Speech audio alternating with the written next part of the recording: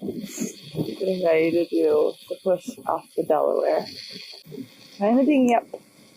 It's our first ocean passage. Be like 20 hours or so. Here you go.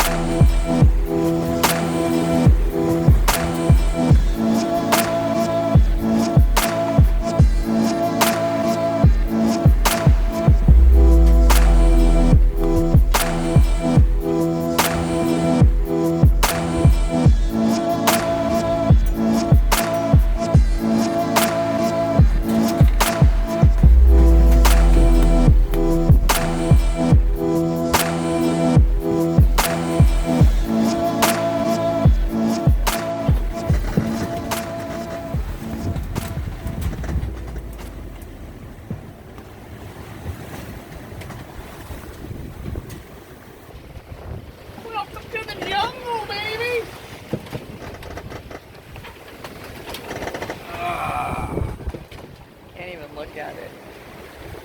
Some spinning. Got a little good day.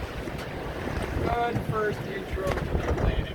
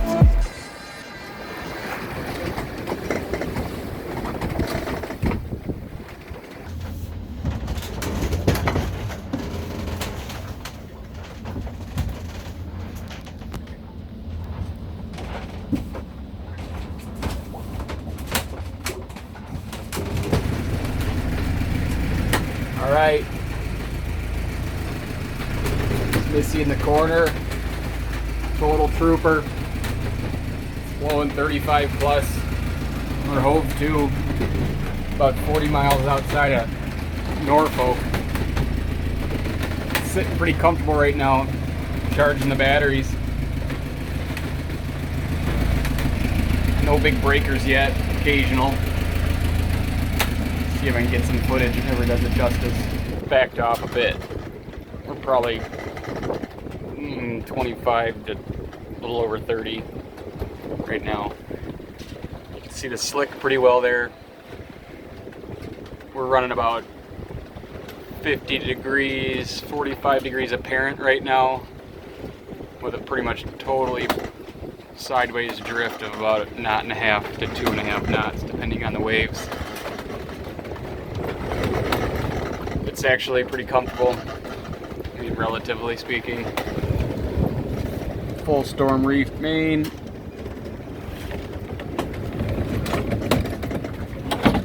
Just the main for the hove too. We still have the pole out. Should put that away, but risk for reward for going up there to deal with it. I figured it was okay hanging out there.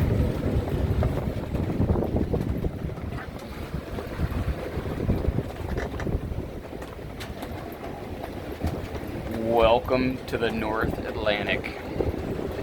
There's a good one.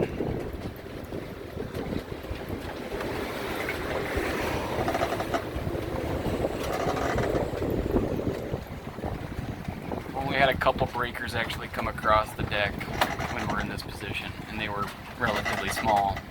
Sound a lot worse, I think, than they are.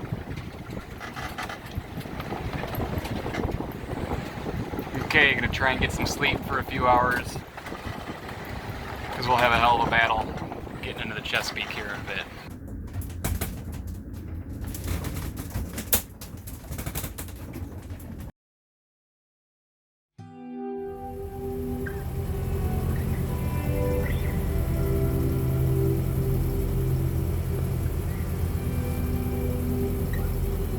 Alright, so note to self, the submarines don't show up on AAS and you can't always see them.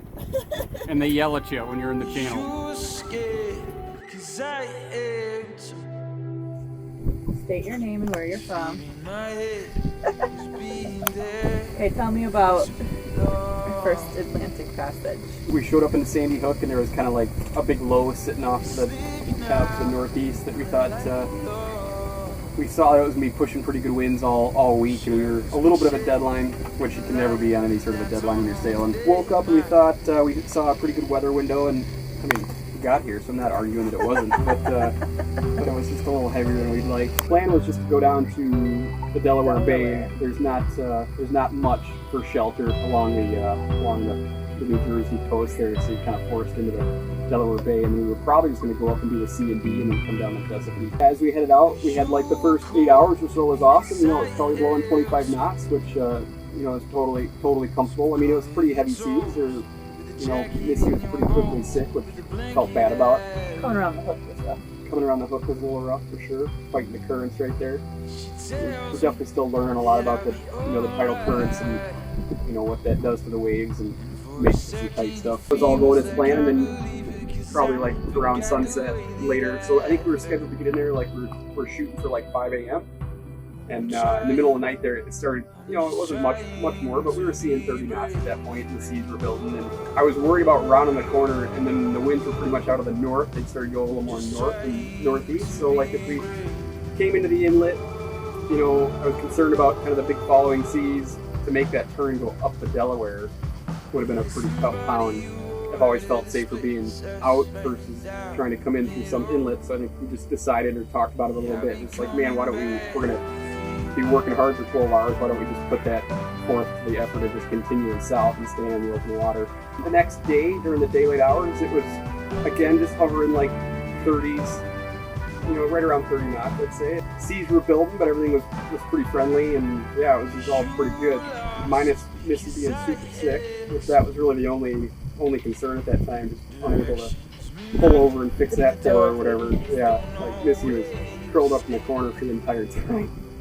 And I was pretty tired from the night before, just with Missy being really sick. You know, it was kind of one-man show at that point. I'm just trying to take care of her. The plan was to heave to when we were about 30 miles north of Chesapeake, just to buy us time. But yeah, around sunset, that became almost more of a necessity just due to the conditions we were seeing. Like at that time, it was pretty consistently seeing close to we were seeing 35 knots with gusts up to pushing 40 knots. We were starting to take some pretty good waves in the cockpit. The waves were coming up and over the boat and raining down inside the butterfly hatch like a waterfall. Yeah, we turned. We were trying to point our way, angle for the Chesapeake there. So we changed our tack to be a little more of being dead downwind, kind of a broad reach, and that put us a little more beam on than some of the waves. None of them were huge breakers or anything, but we learned our butterfly hatch, which looks so cool on the old boat.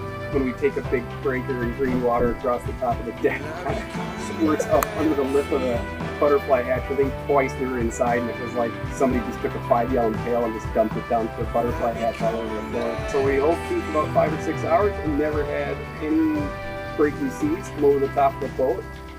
The motion and the sound was pretty horrific inside, but like we would get knocked one way and it would just immediately return to that position. Felt super safe, super stable. 48 hours after we left, and Kyle pretty much single-handedly steered this boat the whole time. We're coming to Chesapeake and we get hailed by a submarine. Yeah. So I was like, look out, I'm coming up. I'm not sure how that works, but yeah, so... That's a new experience. Yeah, they came in and they said they were at a range of 1,000 yards directly behind us. Couldn't see, it was at night, low visibility. But I was just like, what the freaking submarine? So like, Missy's awake at this point. I'm like yelling at her to get up here and like help me look for this thing as I'm trying to like. I kept waiting for it to just lift us out of the water. Change sail positions to kind of like quickly dart off the channel there. Saw him go by. So that was entertaining. That was kind of the icing on the cake. Super wild. Motored. Now we're at Hospital Point. Great spot. Get some rest, put the boat up store it there for a week while we go down to Hatteras for a kiteboarding trip with all the friends. And then the Dismal Swamp. Yeah, the intercoastal waterway down through Beaufort. Beaufort? That's the correct form, I believe, there. But yeah, and that'll be our staging point for stepping off the blue water lake, the BVI. So, more Atlantic time, Missy. Yay! Hopefully, we checked off the Atlantic Gale and don't have to see that for a while again. So that was the story. Atlantic Passage. Oh no, I never felt unsafe or anything. I don't know. I think I was amazed how the boat handled it. It wasn't like a life or death type situation. It was just loud, super uncomfortable, and I just felt fair enough to Missy for 48 hours, just being totally unconscious, basically. Yeah, not much you can do about it. We didn't really have any options. Sorry. But hey, we're in Norfolk now, and there's a dolphin. Another one? Alright, gotta go.